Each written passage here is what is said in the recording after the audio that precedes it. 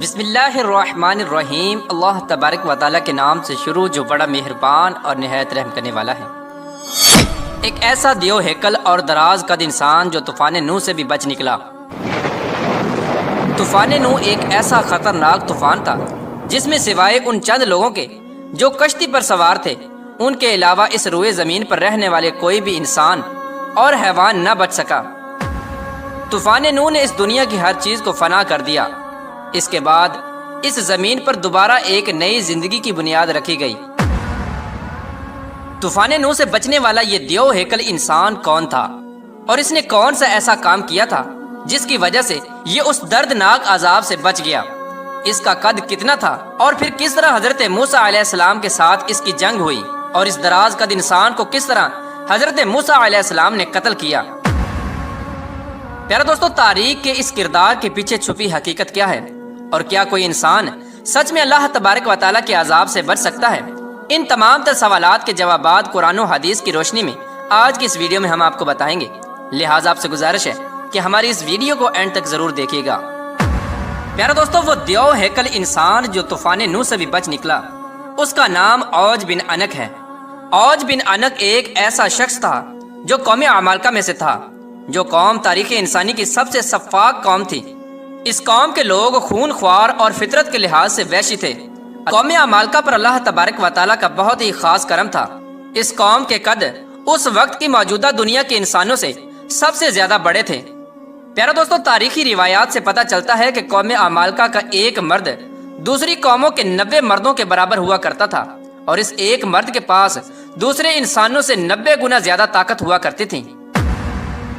اس جنگجو قوم نے اپنی فتوحات سے دنیا کے اندر ایسی وحشت پھیلا رکھی تھی کہ اگر یہ قوم کسی دوسرے ملک پر حملہ کرنے کے لیے جاتی تو اس ملک کے لوگ اس وحشت ناک اور درندہ صفت لوگوں کو دیکھ کر پہلے ہی ہتھیار ڈال دیتے۔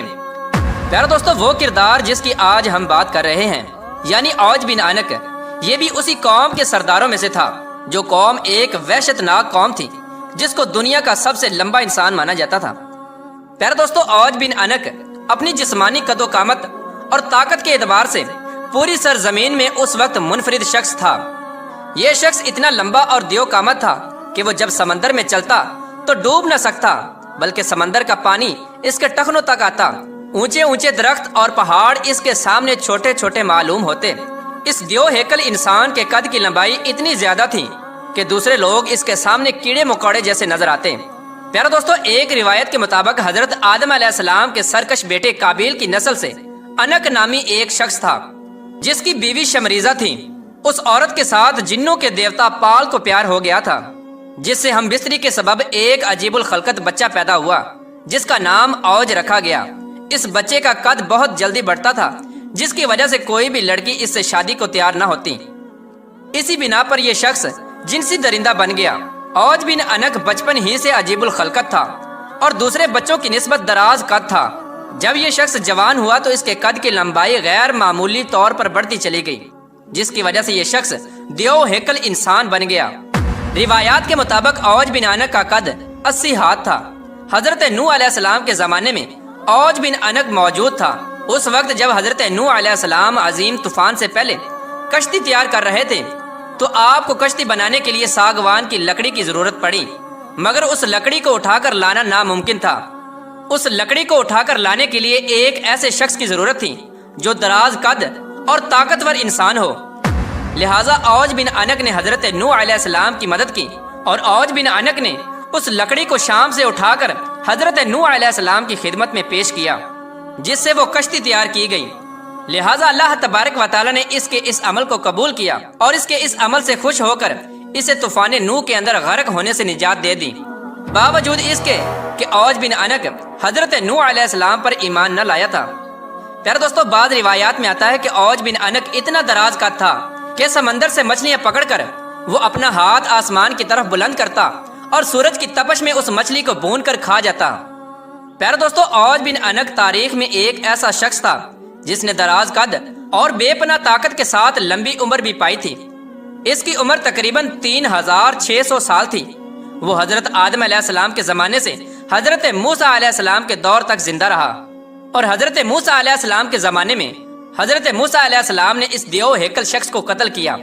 اس واقعے کا پس منظر کچھ یوں ہے کہ جب بنی اسرائیل کے لوگوں کو اللہ تبارک و تعالیٰ نے فرعون سے نجات بخشی تو حضرت موسیٰ علیہ السلام کو اللہ تبارک و تعالیٰ نے یہ حکم دیا کہ وہ فلسطین پر حملہ کریں اور فلسطین کو فتح کریں، کیونکہ اس وقت اللہ تبارک و تعالیٰ نے فلسطین کی زمین کو بنی اسرائیل کے لوگوں کے لیے مقرر فرما دیا تھا۔ حضرت موسیٰ علیہ السلام نے اپنی قوم کو لیا اور فلسطین پر چڑھائی کے لیے نکل پڑے۔ اس وقت فلسطین کے اندر قوم عمالقہ آباد تھی، جن کا سردار اوج بن عنق تھا۔ حضرت موسیٰ علیہ السلام نے اپنے قبیلے کے 12 سرداروں کو چنا اور قوم عمالقہ میں بھیجا تاکہ اس علاقے کی صورتحال سے آگاہی مل سکے۔ جب یہ 12 سردار ملک شام میں پہنچے تو اس وقت وہاں کا حاکم اوج بن عنق تھا۔ پیارے دوستو، اس بات کے اندر کوئی شک نہیں کہ قوم عمالقہ ایک دراز قد قوم تھی۔ جب یہ 12 سردار فلسطین کے قریب پہنچے تو قوم عمالقہ میں سے ایک بندے نے انہیں پکڑ لیا اور ایک گٹھڑی کے اندر باندھ کر ان کو اپنے سردار کے سامنے پیش کیا، اور وہ شخص اوج بن عنق سے کہنے لگا کہ میں نے ان لوگوں کو جاسوسی کرتے ہوئے دیکھا ہے۔ جب یہ 12 سردار اوج بن عنق سے ملے تو اس کی قد و قامت اور جسمانی بناوٹ کو دیکھ کر حیران رہ گئے۔ پھر اس کے بعد ان 12 سرداروں نے اوج بن عنق کو اللہ تبارک و تعالیٰ کا پیغام سنایا اور بتایا کہ ہم جلد ہی اس ملک کو فتح کرنے آ رہے ہیں اور اللہ تبارک و تعالیٰ کا وعدہ ہے کہ وہ ہم کو فتح عطا فرمائے گا۔ اوج بن عنق یہ بات سن کر غضبناک ہو گیا اور ان سب کو ایک ہاتھ میں پکڑ لیا اور چاہا کہ انہیں چیونٹیوں کی طرح مسل کر ہلاک کر دے، مگر جب اوج بن عنق نے ان سرداروں کے چہروں پر خوف دیکھا تو انہیں حقیر مخلوق سمجھ کر چھوڑ دیا اور اپنے ملک کا ایک پھل جو کہ اتنا بڑا تھا کہ ایک آدمی کے لیے کافی تھا، اوج بن عنق نے وہ پھل ان 12 سرداروں کو دیا اور کہا کہ اپنی قوم کو جا کر دکھا دیں کہ ہمارے یہاں کے پھل بھی اتنے بڑے ہیں، تم لوگ کس طرح ہمارا مقابلہ کر سکو گے۔ چنانچہ اس طرح وہ 12 سردار اپنی جان بچا کر وہاں سے واپس اپنے ملک کی طرف روانہ ہو گئے۔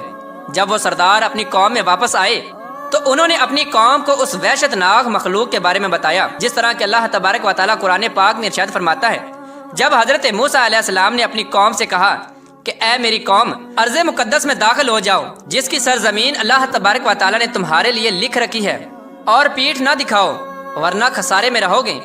اس بات پر بنی اسرائیل کے لوگ بولے، اے موسیٰ علیہ السلام، تم اور تمہارا پروردگار لڑو، ہم تو یہیں بیٹھے ہیں۔ وہاں تو ایک طاقتور قوم عمالقہ آباد ہے جس کا ہم مقابلہ نہیں کر سکتے۔ ہم صرف اس صورت میں وہاں داخل ہو سکتے ہیں کہ وہ خود بخود اپنے وطن کو چھوڑ کر کہیں چلے جائیں۔ چنانچہ حضرت موسیٰ علیہ السلام نے اپنی قوم کو بہت سمجھانے کی کوشش کی کہ اللہ تبارک و تعالیٰ ہمارے ساتھ ہے اور اللہ تبارک و تعالیٰ نے فتح ہمارے لیے لکھ دی ہے، لیکن قوم نے حضرت موسیٰ علیہ السلام کی بات نہ مانی اور وہ انکار ہی کرتے رہے کہ ہم قوم عمالقہ سے جنگ نہیں کر سکتے۔ چنانچہ اللہ تبارک و تعالیٰ نے ان کی اس سرکشی پر بنی اسرائیل کے لوگوں کو صحرائے طیہ میں قید کر دیا، اور یہ لوگ جنہوں نے جنگ کرنے سے انکار کیا تھا وہ اس مختصر سے صحرا میں بھٹکتے رہے، حتیٰ کہ یہ لوگ سارا دن اس صحرا کو عبور کرنے کے لیے پیدل چلتے، لیکن وہ میدان ختم ہی نہ ہوتا اور وہ اسی میں بھٹک کر رہ گئے۔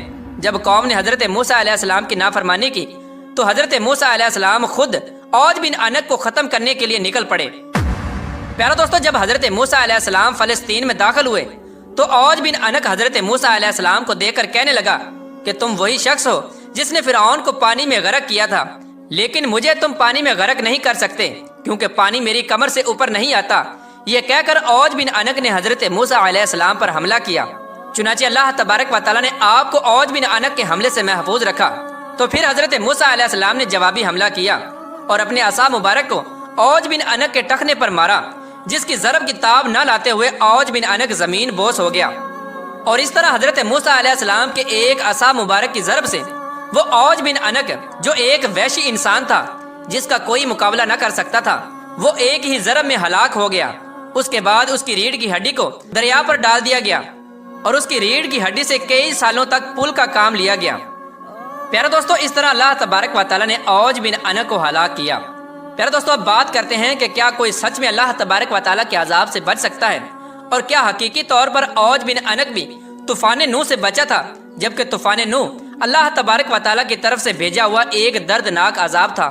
پیارے دوستو، اوج بن عنق کا طوفان نوح سے بچ جانا، اس کے بارے میں روایات میں آتا ہے کہ یہ من گھڑت قصے اور کہانیاں ہیں جو کہ بالکل جھوٹ ہیں اور قرآن کے خلاف ہیں۔ قرآن کریم میں اللہ تبارک و تعالیٰ حضرت نوح علیہ السلام کی اس دعا کو یوں ذکر کرتا ہے، کہ زمین پر ایک کافر بھی نہ بچنا چاہیے، اور یہ دعا قبول ہوئی اور ایسا ہی ہوا۔ اور ایک دوسرے مقام پر اللہ تبارک و تعالیٰ ارشاد فرماتا ہے، ہم نے نوح کو اور ان کی کشتی والوں کو نجات دی، پھر باقی سب کافروں کو غرق کر دیا۔ پیارے دوستو، ان آیات سے واضح طور پر پتہ چلتا ہے کہ ان لوگوں کے علاوہ جو حضرت نوح علیہ السلام کی کشتی میں سوار تھے، کوئی بھی روئے زمین پر بچ نہ سکا، خواہ وہ کتنا ہی دراز قد انسان کیوں نہ ہو۔ اس وقت حضرت نوح علیہ السلام کی کشتی کے علاوہ کوئی بھی روئے زمین پر باقی نہ رہا، بلکہ سب کچھ ختم ہو گیا اور سب کچھ فنا کر دیا گیا۔ حضرت نوح علیہ السلام کی کشتی پر جو لوگ سوار تھے، پھر اس کے بعد اللہ تبارک و تعالیٰ نے انہی لوگوں سے اور انہی جانوروں سے اس روئے زمین پر ایک نئی زندگی کی بنیاد رکھی، اور آج جو نسل موجود ہے یہ انہی انسانوں میں سے ہے۔ اور اس طرح اللہ تبارک و تعالیٰ نے طوفان نوح کے بعد اس سرزمین کو دوبارہ آباد فرمایا۔ اللہ تبارک و تعالیٰ سے دعا ہے کہ اللہ تبارک و تعالیٰ اپنے تمام تر احکامات پر عمل کرتے ہوئے زندگی گزارنے کی توفیق عطا فرمائے، اور ان تمام تر برائیوں سے ہمیں بچائے جن برائیوں کے اندر پہلی قومیں مبتلا ہو کر ہلاک ہوئیں اور اللہ تبارک و تعالیٰ کے دردناک عذابات کی مستحق قرار پائیں۔